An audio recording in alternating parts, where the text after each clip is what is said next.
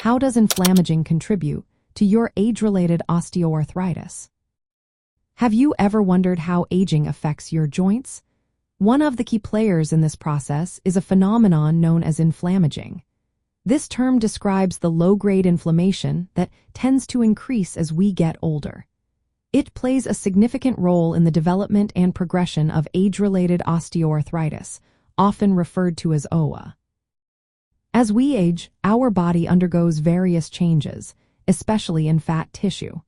This tissue starts to produce higher levels of inflammatory molecules called cytokines. Two important cytokines are interleukin-6 and tumor necrosis factor alpha. These molecules circulate throughout the body and contribute to a state of inflammation. Interestingly, elevated levels of interleukin-6 have been linked to worse physical function and a greater risk of knee osteoarthritis progression. Within our joints, certain cells, including chondrocytes, which maintain cartilage, also produce inflammatory substances. As we age, these cells can increase their production of inflammatory mediators. This local inflammation can lead to cartilage breakdown and damage to joint tissues. A key process in this scenario is cellular senescence. This is when aging cells stop dividing but remain as active. These cells develop a specific behavior known as the senescence-associated secretory phenotype. This means they releases inflammatory cytokines, chemokines, and enzymes that degrade the extracellular matrix, which is crucial for cartilage structure.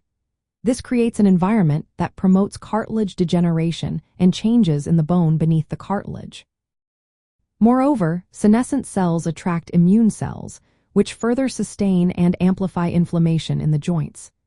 This ongoing inflammation, both throughout the body and within the joints, drives the progressive destruction of joint tissues. This is what leads to the pain and disability often associated with age-related osteoarthritis. Understanding how inflammaging contributes to osteoarthritis can open doors to new treatment strategies. Instead of only managing symptoms, we can look at targeting the inflammatory pathways and senescent cells.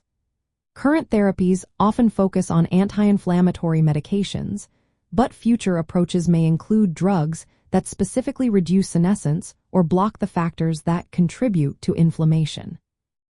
In summary, inflammaging plays a significant role in age-related osteoarthritis by creating a persistent inflammatory environment. This inflammation, fueled by aging fat tissue and senescent joint cells, leads to cartilage breakdown and joint dysfunction.